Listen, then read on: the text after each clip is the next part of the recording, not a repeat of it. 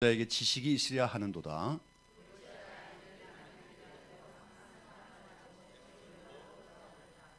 내가 내 마음을 깨끗하게 하며 내 손을 씻어 무죄하다 한 것이 실로 헛되도다. 내가 만일 스스로 이르기를 내가 그들처럼 말하리라 하였더라면 나는 주의 아들들의 세대에 대하여 악행을 행하였으리라.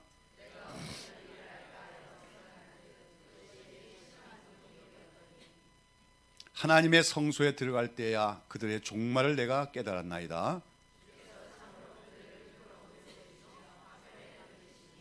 그들이 어찌하여 그리 갑자기 황폐되었는가? 놀랄 정도로 그들은 전멸되었나이다.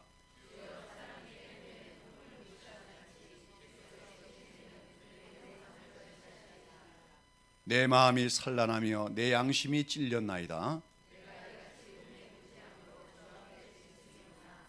내가 항상 주와 함께하니 주께서 내 오른손을 붙드셨나이다.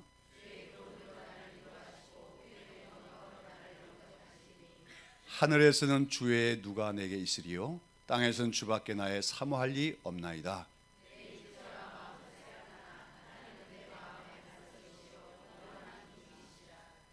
무릇 주를 멀리하는 자는 망하리니 음녀같이 주를 떠난 자를 주께서 다 멸하셨나이다.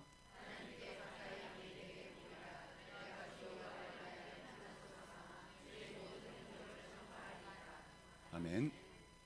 오늘 우리가 함께 살펴본 이 시편 13편은 표제에 보시면 아삽의 시로 되어 있죠. 우리가 시편에 보면 이 시편 13편부터 83편까지 11개, 그 다음에 시편 50편, 이게 다 아삽의 시로 되어 있습니다.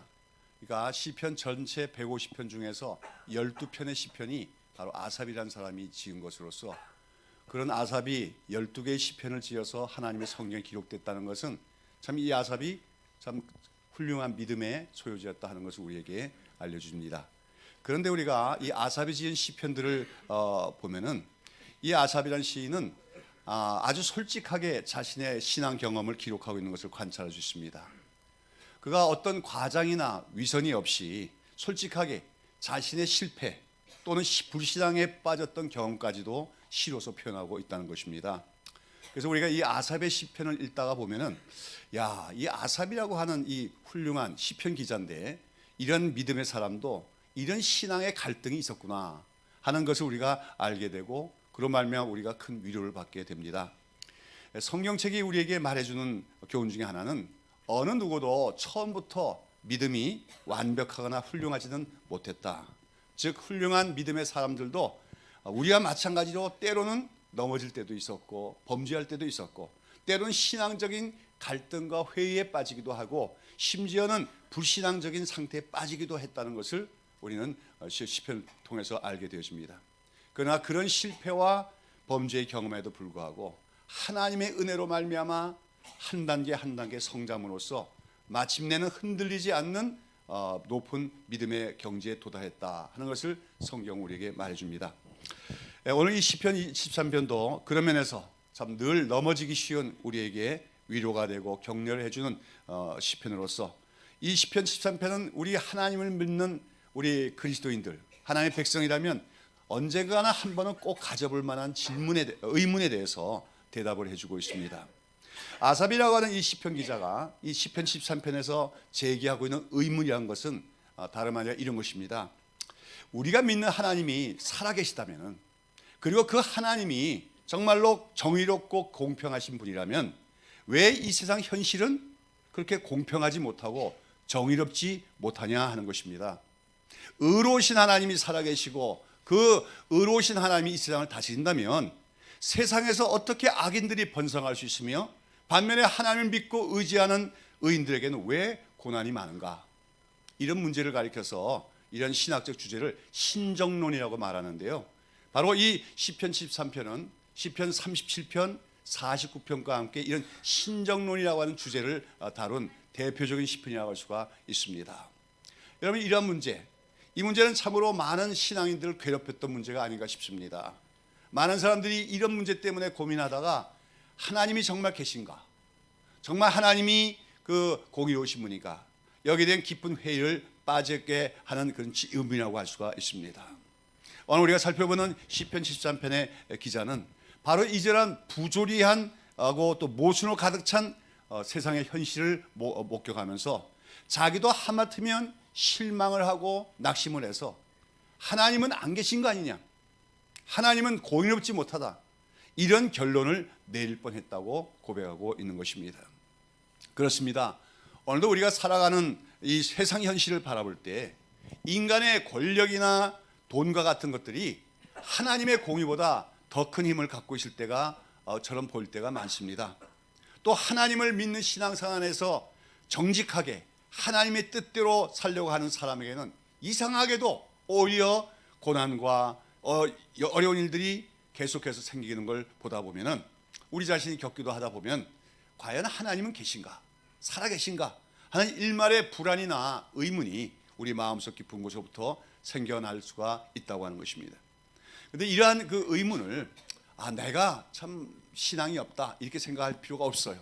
왜냐하면 이 시편 13편을 비롯한 많은 시편에서 우리의 앞서 세상을 살아갔던 믿음의 사람들도 그런 불신앙적인 회의에 빠졌던 적이 있다고 하는 것을 솔직하게 말하고 있기 때문인 것입니다. 자, 이 시편을 우리가 잘 관찰해 보면은 여기서 한 가지 발견하게 되는 것은 이 시편 기자가 그러면 왜 그런 신앙적인 회의와 의심에 빠져들게 되었느냐 했을 때 그것은 그가 갖고 있는 복에 대한 개념, 복이 뭐냐 하는 것에 대한 잘못된 개념을 가졌던 것으로부터 시작이 된 것이다, 이렇게 우리가 볼 수가 있습니다. 오늘 여기 1절에 보면 하나님이 참으로 이스라엘 중 마음이 정결한 자에게 선을 행하시나, 마음이 정결한 자라고 하는 것은 하나님의 뜻대로 살고자 하는 정직한 의인들을 얘기합니다. 아삽은 그런 자들에게 하나님은 선을 행하시는 하나님인 줄 알았다는 거예요. 여기서 선이란 말을 우리가 복이란 말로 바꿔도 틀림이 없습니다. 하나님은 정결한 자, 정직한 하나님의 백성에게 복을 내리신 하나님이라고 그가 알고 있었다는 것이죠. 그러나 자기가 그 현실을 바라봤더니 실제로는 그렇지 않은 걸 너무 많이 보았다는 겁니다. 하나님을 정직하게 믿는 의인들이 고난을 당할 때가 많습니다. 역경을 당할 때가 많습니다. 그리고 반대로 오히려 하나님을 부정하는, 하나님을 없다고 말하는 의인들이 그런 복을 더 많이 누리는 현실을 보았을 때 그는 자기가 실족할 뻔했다고 말하는 것입니다. 다시 말해서 이 아삽이란 그 시인은 복의 개념, 하나님께서 우리에게 내려주신 복이 어떤 것이냐 하는 축복의 개념에 대해서 무언가 잘못 생각함으로써 현실을 보고 실망에 빠졌다고 하는 것이죠. 여러분, 우리 하나님은 만복의 근원이 되신 하나님이신 줄로 믿습니다. 또 정말로 오늘 이 시편이 말하는 것처럼 하나님은 자기 백성들에게 복 내려주시기를 기뻐하시는 하나님이십니다. 그러나 하나님께서 우리에게 내려주시고자 하는 축복과 우리 인간들이 받고 싶어하는 복 사이에는 상당한 개념의 차이가 있다고 하는 것입니다. 그래서 우리가 하나님이 주시는 복의 본질에 대해서 우리가 잘못된 생각을 갖게 될 때 우리는 오늘 이 아삽 기자처럼 실망하거나 좌절하거나 신앙이 흔들리게 되는 것입니다. 오늘 우리가 기독교인으로서 우리가 하나님으로부터 받아 누릴 수 있는 축복을 두 가지로 나눠 볼 수가 있겠어요. 즉, 이 세상에 사는 동안에 우리의 육신의 삶에 필요한 것들, 건강하고 장수하고 물질적으로 부유하고 세상적인 성공을 누리게 되는 것 등 이런 것들을 우리가 현세적 축복이라고 한다면 하나님과의 관계에서 하나님과 바른 관계에 바르게 되어 있는 것을 영적인 축복이라고 할 수가 있습니다. 그리고 이러한 현세적인 축복, 즉 부유하고 건강하고 오래 살고 세상 사람들이 부러워할 만한 성공을 이루고 이런 것들을 우리가 현세적 축복을 상대적 축복이라고 한다면 하나님과 바른 관계에 들어가는 축복을 우리가 절대적 축복이라고 할 수가 있습니다. 자, 그런데 우리 한국교회는 예전부터 우리 한국인들이 원래부터 갖고 있던 그 잘못된 복의 개념이 한국교회에 들어온 것을 볼 수가 있습니다. 옛날부터 우리 한국 사람들은 사람이 누리는 복을 오복이라고 했어요. 그 오복이 뭔지 압니까? 수, 부, 강령, 유호독, 고종명, 이 5가지인데 쉽게 말해서 오래오래 살고 부유하고 건강하고 또 친구들도 많고 죽을 때도 편안히 죽는 것, 이게 복이라고 얘기했어요. 이것들은 철저히 어떤 복입니까? 아까 말씀드린 현세적인 축복들이란 것이죠. 이런 복의 개념 안에는 그 사람이 어떤 윤리적을 살았느냐, 또 하나님의 관계가 어떠냐 하는 그런 개념은 포함되지 않습니다. 그 과정이야 어떻든 건강하게 오래 살고 재물을 많이 모아서 부유하고 많은 친구들을 잘 새겨서 즐겁게 살다가 편안하게 죽으면 그게 축복이다 하는 것이 우리나라 사람들이 옛날부터 가져온 축복의 개념입니다. 그러나 성경에서 말하는 복의 개념은 이와 다릅니다. 시편 1편을 보시면 어떻게 되어 있죠? 복 있는 사람은 악인의 길을 쫓지 아니하며 죄인의 길을 서지 않고 우리가 오만한 자의 자리에 앉지 아니한다고 했습니다. 이 시편 1편은 시편 전체의 요약이에요. 거기서는 사람을 복 있는 사람과 복이 없는 사람 둘로 나눕니다.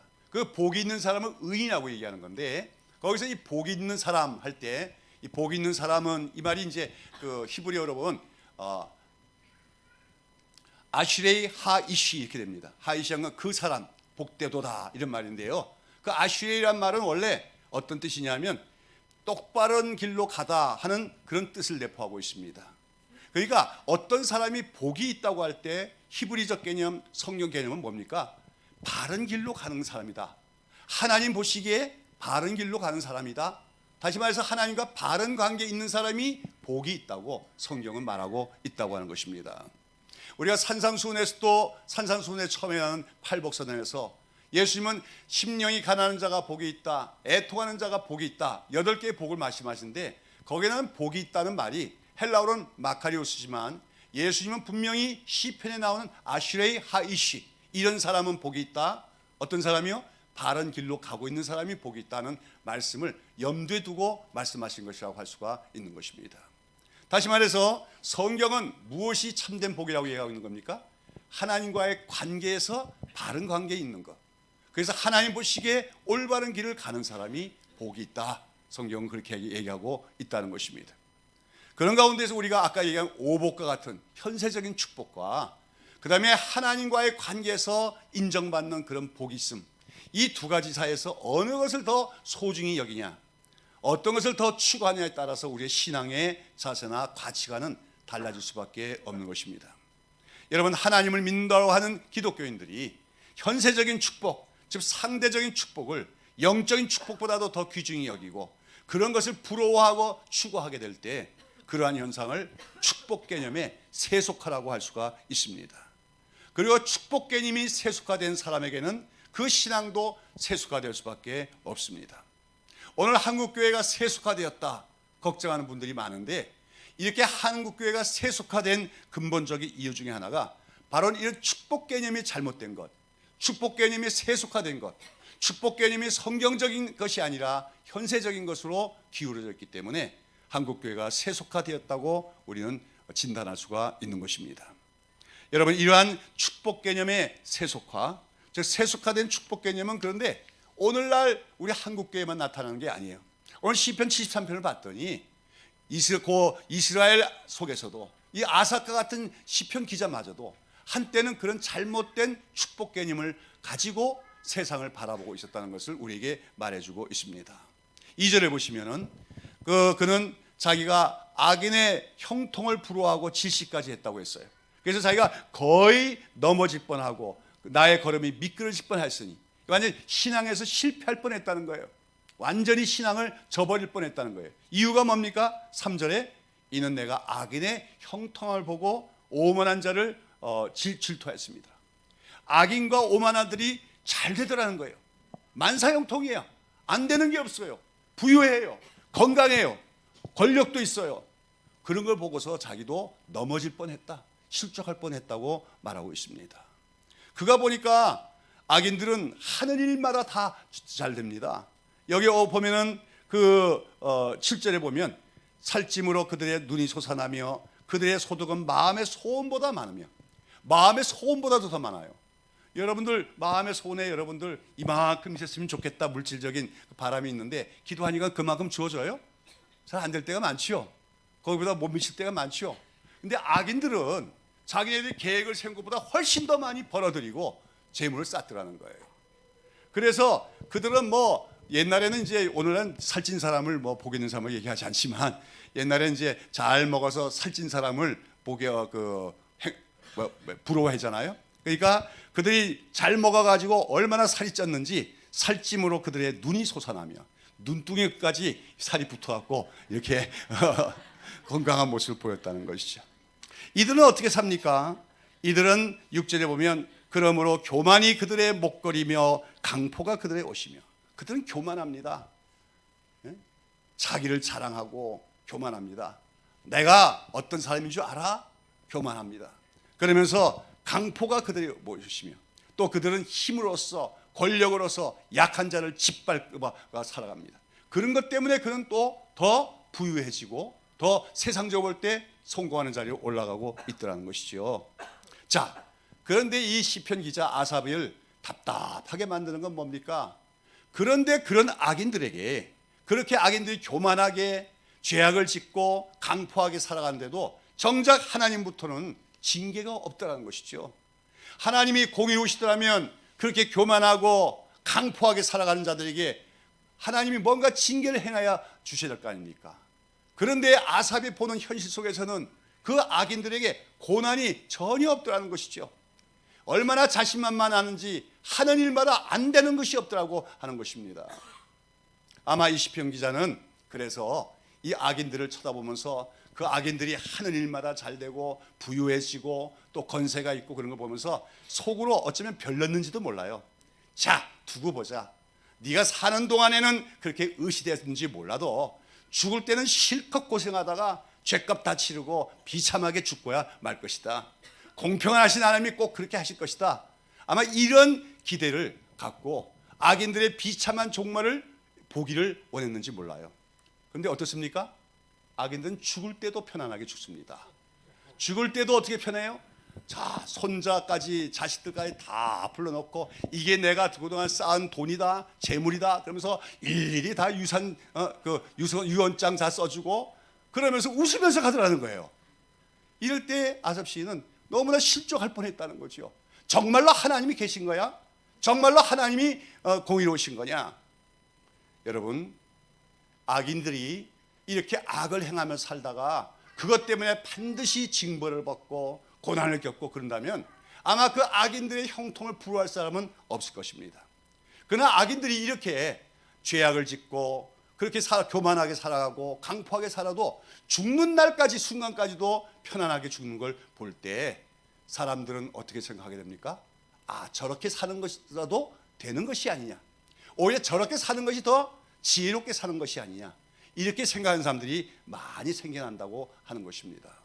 오늘 본문의 10절부터 11절이 바로 그런 말입니다. 12절까지 한번 다시 읽습니다. 그러므로 그의 백성이 이리로 돌아와서 잔에 가득한 물을 다 마시며 말하기를 하나님이 어찌하랴 지존자에게 지식이 있어야 하는도다. 볼지어다 이들은 악인이더라도 항상 평안하고 재물은 더욱 불어나도다. 여기서 그의 백성이란 건 이스라엘 백성을 말하는 겁니다. 하나님의 백성이란 이스라엘 백성들 가운데서 수많은 대중들이 뭐라고 얘기하는 거예요? 그 악인들이 끝까지 형통한 걸 보면서 봐라, 하나님이 저런 걸 다 아시구나 있느냐, 정말 하나님이 저들이 악한 자라는 걸 아시기나 하겠느냐. 그러면서 악인들은 항상 편안하고 재물을 불리면서 복받고 살아가니 13절에 보면 내가 내 마음을 깨끗하게 하며 내 손을 씻어 무죄하다는 것이 실로 헛되도다. 정직하게 살고 깨끗하게 살고 하나님의 뜻대로 사는 것이 헛된 일이 아니냐, 이렇게 생각하는 백성들이 많아지고 있더라고 하는 것입니다. 이런 가운데서 아삽 기자 자신도 그러한 불합리한 현실을 바라보면서 자기도 실족할 뻔했다고 얘기하고 있는 것입니다. 그러면서 내가 정직하게 의롭게 살고자 한 결과 내가 받은 게 뭐냐? 악인들은 아무리 큰 죄악을 행해도 끄떡이 없는데 나는 조그만 범죄만 지어도 징계를 받고 고난이 끝이 없으니 내가 실로 의롭게 살고자 한 것이 헛된 일이 아니냐. 나도 저 악인들처럼 그저 현실을 따라 적당히 사는 게 낫지 않겠느냐. 이런 결론을 심중에 내릴 뻔했다고 하는 것입니다. 여러분, 아삽이라는 사람은 믿음의 사람이에요. 그런 믿음의 사람도 이러한 회의와 불신앙적인 생각의 유혹을 받았다는 것을 기억하시고, 여러분도 그런 생각 들 때 너무 낭망하지 마십시오. 우리는 눈에 보이는 현실을 따라서 판단하게 되고, 그럴 때 세상 현실 때문에 실망할 때가 있고, 우리도 불신앙적인 그런 의심이 들 때가 많은 것입니다. 자, 그러나 그러한 중에 여기 16절과 17절에 보면 그런 신앙적 회의에 빠져있던 아삽이라고 하는 이 시인이 전환점이 생기게 된 것을 보게 됩니다. 즉, 그가 그런 많은 문제로 고민을 하다가 어느 날 하나님의 성소에 들어가서야 비로소 모든 일의 궁극적인 결말과 하나님의 뜻을 깨닫게 되었다고 하는 것입니다. 여기에 아삽 기자가 성소에 들어가 깨달았다고 하는 것은 하나님께 기도하다가, 이런 문제를 가지고 주님께 기도하다가 하나님의 계시를 통해서 하나님의 그 깊은 뜻과 하나님의 섭리를 알게 되었다고 하는 것입니다. 그렇다면 그 문제를 가지고 고민하는 아삽 시인에게 하나님께서 알려주신 뜻이 무엇이었습니까? 그것은 우리가 이 눈에 보이는 현실, 짤막한 시간 범위 안에서 바라볼 때는 악인들은 그 죄를 짓고 살고 형통하게 살아도 아무런 징계도 없고 하나님의 심판이 없는 것 같이 보이지만, 그러나 이미 하나님께서는 그들의 영혼들이 파멸되도록 이미 하나님께서는 작정해 놓으셨다는 것을 성소에 나가서 기도하는 가운데 비로소 깨닫게 됐다고 말하는 것입니다. 물론 이것은 악인들이 이 땅에서 편안하게 살다가 아까 말씀드린 것처럼 죽는 순간에도 편안하게 살지만, 죽는 바로 그 순간에 미끄럼틀을 타고 지옥에 떨어지시 파멸될 것을 의미하기도 합니다. 또 아니면은 또 악인들이 그렇게 잘 살아가고 형통한 것 같다가 어느 날 갑자기 이 역사 속에서 하나님의 심판이 이루어져 가지고 악인들이, 그 번성했던 악인들이 싹 소멸돼서 찾아볼 수 없을 정도로 하나님이 그들을 심판하실 때가 있다고 하는 것이죠. 우리가 결국은 길게 보지 못하고 영혼 속에서 바라지 못하면 현실 안에서 보이는 현실, 그 불합리한 현실 때문에 실망하게 되지만, 이제 아삽 기자는 하나님께 기도하다가 성소에 들어가서 하나님이 계시를 알려주심으로 말미암아 악인들에 대해서, 교만하게 살아간 자에 대해서 하나님은 반드시 공의로운 심판을 이미 작정했다는 것을 깨닫게 되고, 여기서 이제 신앙적인 전환점이 일어나게 되어지는 것입니다. 여러분, 오늘도 우리 성도들은 이 아삽 시인과 같은 그런 하나님의 계시로 말미암은 깨달음을 가져야 될 줄로 믿습니다. 우리가 눈으로 보는 현실만이 모든 것이 아니라는 사실을 깊이 깨달아야 됩니다. 그래서 사도 바울은 고린도후서 4장 18절에서 뭐했습니까? 우리의 돌아보는 것은 눈에 보이는 것이 아니요 보이지 않는 것이니, 보이는 것은 잠깐이요 보이지 않는 것은 영원함이라고 했어요.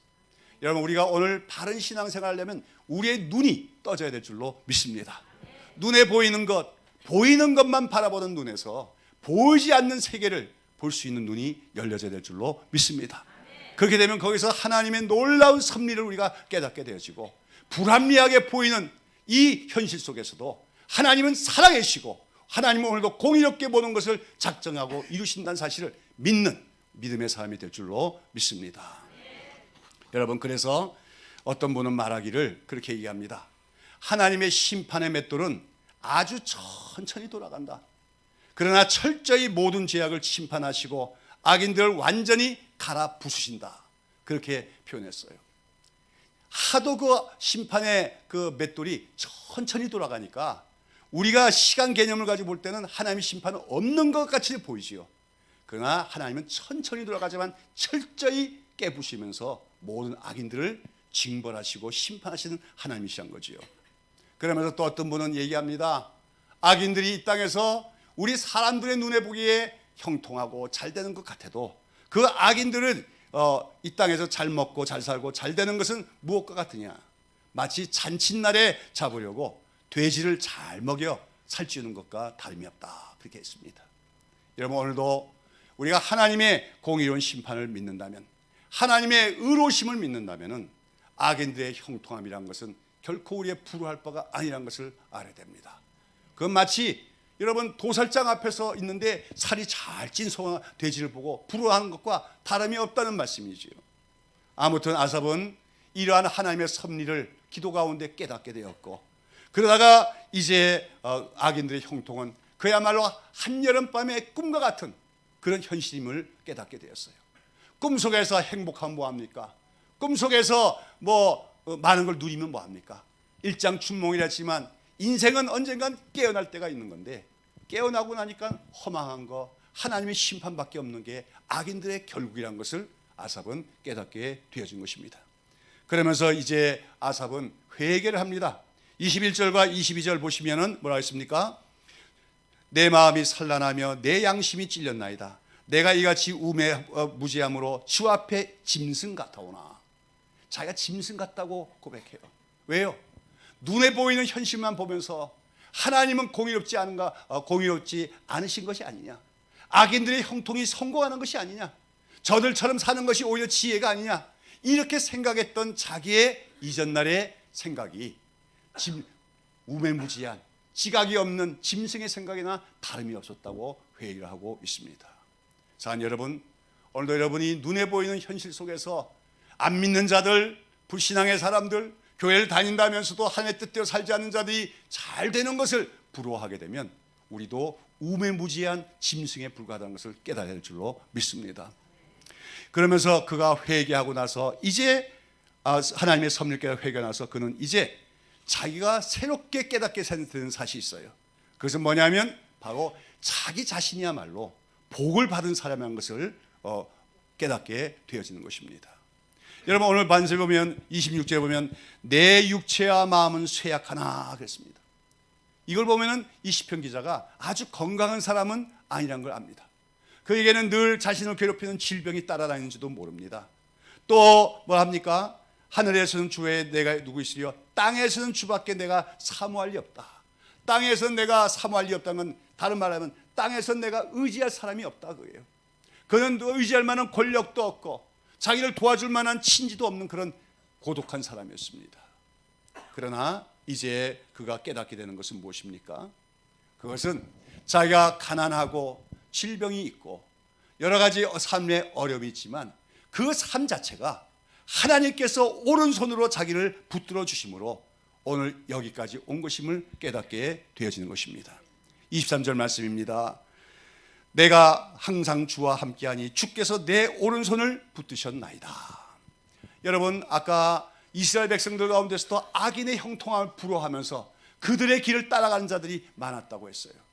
그런데 만약에 아삽이라고 하는 이 시인도 그 일반 백성들처럼 그런 잘못된 생각을 가졌을 때 하나님의 오른손으로 그를 붙들어 주지 않았으면 어떻게 됐을까요? 그도 세상 사람들 가는 길처럼, 불신앙 사람의 길처럼 세상의 형통함을 부러워하며 불의한 길, 죄인의 길을 따라갔을지도 모른다는 거예요. 그러나 비록 자기가 마음속으로 의심이 들고 회의가 생기면서도 그래도 끝까지 하나님 백성으로 살 수 있도록 인도하신 것이 바로 하나님의 오른손으로 붙드심의 결과라고 하는 것을 그는 이제 깨닫게 되어진 것입니다. 그러면서 이제 결론을 내리는 것입니다. 28절이죠. 하나님께 가까이함이 내게 복이라. 무엇이 복이라는 거예요? 하나님께 가까이함이 내게 복이라. 이제 자기의 삶의 의미가 밝혀지는 것입니다. 왜 내가 고생을 했던가? 왜 내가 가난이 있었던가? 왜 내가 질병이 있었던가? 하나님은 그 모든 형편과 처지를 재료로 삼아서 나를 붙들어 주시기 위함이었다. 내가 그런 것들 때문에 하나님을 의지하지 않을 수 없도록 나를 붙들어 주셨던 것을 깨달으면서 그러한 나야말로 참으로 복을 받은 자가 아닌가. 나에게 있는 연약함들 때문에, 나에게 있는 가난 때문에, 나에게 있는 질병 때문에 내가 오늘날 그래도 하나님께 가까이 있을 수 있다는 것, 이것이 참으로 나의 복이다. 그렇게 고백하고 있는 것입니다. 여러분, 무엇이 참된 복입니까? 하나님께 가까이함이 참된 복인 줄로 믿습니다. 다 따라합시다. 하나님께 가까이함이 내게 복이라. 여기다가 복이란 말 앞에다 참된이란 말을 넣읍시다. 다 같이 하나님께 가까이함이 참된 복이라. 믿습니까? 우리의 일생을 통하여 하나님께 가까이 가는 것이 복이신 것을 깨닫기를 바랍니다. 어떤 사람은 가난할 때, 어려울 때, 질병이 있을 때는 하나님께 가까이 왔어요. 기도했어요. 늘 하나님께 부르짖었어요. 근데 질병이 나왔습니다. 부유해지기 시작하고 나선 교회도 잘 안 나옵니다. 말씀도 잘 보지 않습니다. 이 사람은 복받은 사람이 아닌 것입니다. 근데 어떤 사람에게는 연약함이 많습니다. 기도해도 잘 연약함이 사라지지 않습니다. 그런 것 때문에 하나님을 더 의지할 수밖에 없습니다. 그렇게 함으로 한 걸음 한 걸음 더 주님께 가까이 나간다면 그 사람이야말로 복을 받은 사람인 걸 기억해야 될 줄로 믿습니다. 사랑하는 여러분, 사도 바울도 내가 여러 가지 나의 연약함을 자랑하려니, 왜냐하면 내가 약할 때 곧 강함이라고 그는 고백하고 있습니다. 바울은 자기의 건강함, 자기가 실력이 많음, 자기가 능력이 있음, 이런 걸 자랑하지 않았어요.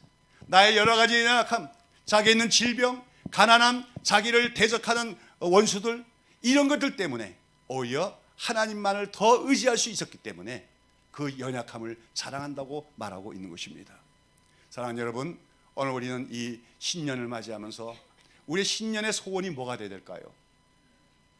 하나님께 가까이 하기를 원합니다. 우리 찬송가에 나는 것처럼 꿈에도 소원은 늘 찬송하면서 주께 더 나가기 원하나이다. 이게 우리의 소원이 될 줄로 믿습니다. 여러분 중에는 질병이 고통스러운 사람도 있을 거예요. 그러나 그 질병 때문에 날마다 무릎을 꿇고 하나님께 가까이 나갈 수 있다면 여러분은 복받은 사람인 줄로 믿으시기를 바랍니다. 여러분에게 경제적인 어려움, 또 가정의 여러 가지 어려움 때문에 하나님께 기도하지 않으면 안 되고 하나님께 가까이 나가지 않으면 안 되는 분이 있다면 복받은 것을 기억하시기를 바랍니다. 하나님께서 여러분을 가까이 두시기 위하여 때로는 가난을 줄 수도 있고 연약함을 줄 수도 있다는 것을 기억할 때마다 하나님께 가까이함이 내게 복이다. 오늘도 이 기도원에 오면서 문제없이 나온 사람이 누가 있겠습니까? 여러분의 많은 문제, 저는 여러분의 많은 문제가 예수님의 은혜 안에서 해결될 수 있기를 바랍니다. 그러나 그 문제들이 다 해결되지 않을 수도 있습니다. 계속 육체의 가시처럼 남아있을 수도 있습니다. 그러나 그것 때문에 주님 앞에 무릎을 꿇고 겸손한 마음으로 주님의 은혜를 사모할 수밖에 없다면 여러분 그 기도의 과정을 통해서 점차 주님께 가까이 나가게 되어질 줄로 믿으며 그 하나님께 가까이함이 참으로 참된 복이다. 하나님께서 우리에게 베푸신 복이라는 것을 깨닫는 우리가 되어야 될 줄로 믿습니다. 우리의 일생은 그렇게 길지 않습니다. 금방 끝날 수가 있습니다. 그런 가운데 여러분 무엇을 많이 쌓았느냐, 무엇을 내가 많이 누렸느냐, 얼마나 생사상에서 행복한 생활을 했느냐, 그런 것들은 죽는 순간에 아무 의미가 없습니다. 죽는 순간에 우리는 결산서를 주님 앞에 내놔야 돼요. 그 결산서 속에 나는 날마다 주님께 가까이 갔다 하는 그런 결산서를 주님 앞에 제출할 수 있는 우리가 되어야 될 줄로 믿습니다. 여러분, 하나님께 가까이함이 내게 복이라. 이것이 참된 복입니다. 금년 한 해 2019년을 맞이하면서 아무쪼록 하나님께 가까이함이 내게 복이라고 한 이 아삽 시인의 고백이 저와 여러분 모두의 고백이 될 수 있기를 바랍니다. 그 이 한 해 동안에 우리에게 형통한 일만 있는 것이 아니라 때로는 어려운 일이 있을지라도 그런 것들을 통하여서 우리의 연약함을 통하여 주님을 더 의지할 수 있고 주님께 더 가까이 갈 수 있다면 주님께 가까이 가는 그것이 참된 복임을 깨닫고 우리가 금년 한 해도 마칠 때 주님 감사합니다. 하나님께 더 가까이 하게 해주셔서 참된 복을 내주시니 감사합니다. 주님께 찬양할 수 있는 여러분 되시기를 예수님의 이름으로 축원합니다. 기도하겠습니다. 사랑하시는 하나님 아버지,